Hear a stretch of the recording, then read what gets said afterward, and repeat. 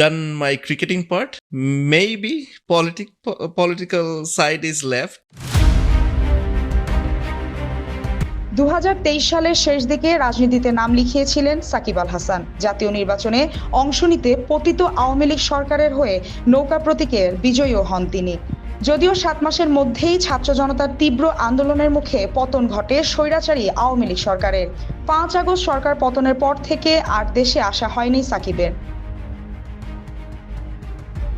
ইতোমধ্যে সাকিবের নামে হয়েছে একাধিক মামলাও।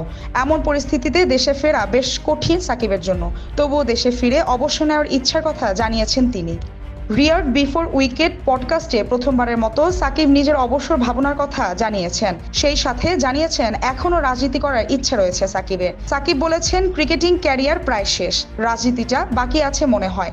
আমার মনে হয় এই কাজটা আমি বাংলাদেশ এবং মাগুরার মানুষের জন্য করতে চাই। এটাই আমার লক্ষ্য ছিল, এখনো আছে। দেখা যাক আল্লাহ কোথায় আমাকে নিয়ে যান।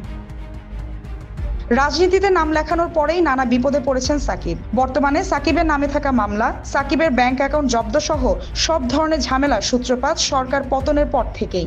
দেশে আসা নিয়েও অনিশ্চয়তা রয়েছে।